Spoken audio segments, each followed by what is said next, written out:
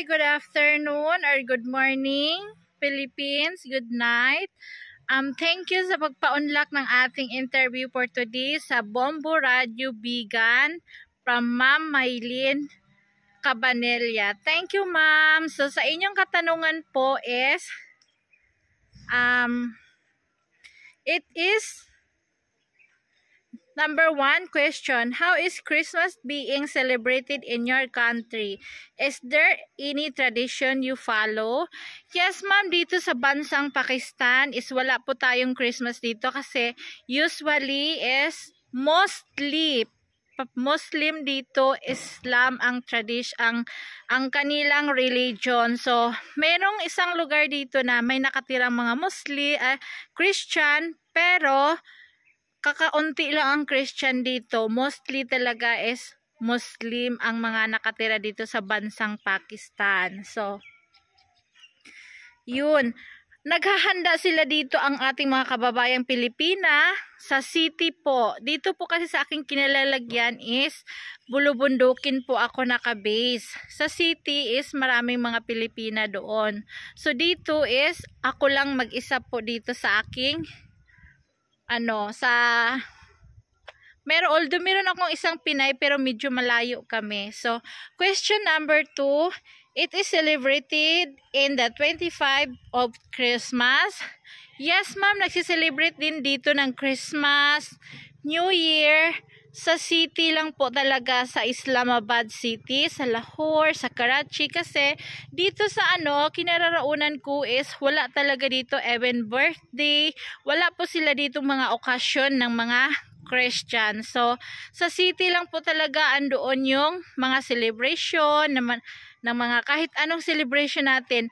Nagsiselebrate din sila ng mga Independence Day, Labor Day, yung mga ganun po, New Year, lahat yung mga Pilipino dito, nagsiselebrate po sila sa city. Nag-ipon-ipon po sila, nag-usap-usap kung anong araw gagawin. So, yun po. So, third question, it is also the most awaited season of the year for the people in Myanmar. Like, some are excited to buy Christmas decors. So, sa dito naman po, sa lugar ko, wala talaga makikita ditong Christmas lights or mga lightning. Iba po yung nila, decoration ng lightning nila. I think last October yung okasyon ng Islam or Muslim. So, sa atin naman is ngayong December. So, wala kami makikita dito sa bayan or sa village namin. Sa city, marami po doon, lalo na sa mga malalaking establishmento. At saka yung sa mga bahay ng mga kababayan nating Pilipinas. So, nagdi-decorate po sila sa bahay nila. Pero dito sa amin, wala talaga dito, not allowed. Kasi mostly strict dito ang mga tao dito sa bukid namin. Always sila nagpipray ng 5 times a day, yung kanilang tradition. So, yun. We respect naman sa mga sa kanilang religion. So, they are the one who respect also. Same lang. So, patas lang, kumbaga ganon. So, number 4 question, do you also have a grandiose celebration? Wala dito, madam. Sa lang nila, yung Eid Mubarak lang nila yung malaking celebration dito. Sa atin naman is andyan yung New Year, Pasko, birthday, kainan together with loved ones, yung mga friends, 'di ba? How about prices of goods when Christmas is approaching? Ma'am, wala dito yung yung mga bilihin naman dito is mura. Especially yung mga gulay, napakamura, prutas, napakamura po kasi lahat ng bahay, may tanim, may garden, may mga prutas. Like for example, yan po, yun yung kapitbahay namin. Merong oranges, mga orange po. So, yun. Next question is, do people do Christmas carol? Wala ditong Christmas carol, ma'am, yung namamasko. Wala po dito sa amin kasi Muslim area po talaga. So, strict po dito. Talagang, dito nakatira is Muslim. All is Muslim. Do you have midnight masses for Christmas Day? Dito ma'am, wala sa amin sa Pakistan. Hindi ko lang alam sa city kung gumagawa ang ating mga kababayan na mga Pinay doon.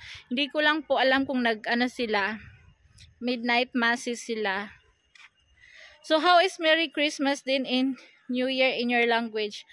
So dito naman po sa Pakistan, walang-wala talaga dito ho na ng mga yung ganyan, tradisyon natin. So, ang sineselebrate nila dito is yung Muslim or Islam tradition ang kanilang sineselebrate dito po sa Pakistan. So, yun lang po. Maraming thank you. Ma'am Maylene Cabanilla of Radio Bumbu Bigan. Hello kay Ma'am Myrna Ragunton is watching to his family. Hello po. Kay Ma'am Myrna Ragunton, pinapabati ang kanyang pamilya sa Bigan. Kay sa Santa Ilocos Sur family, Budget and Ragunton family. Hello po. Maraming salamat po. Thank you for watching. And guys, please support us. And follow me to my YouTube channel, Rosana Elias. Thank you. Salamat. Thank you, ma'am, again. Ma'am Maylene Cabanilla of Bumbu Radio Bigan.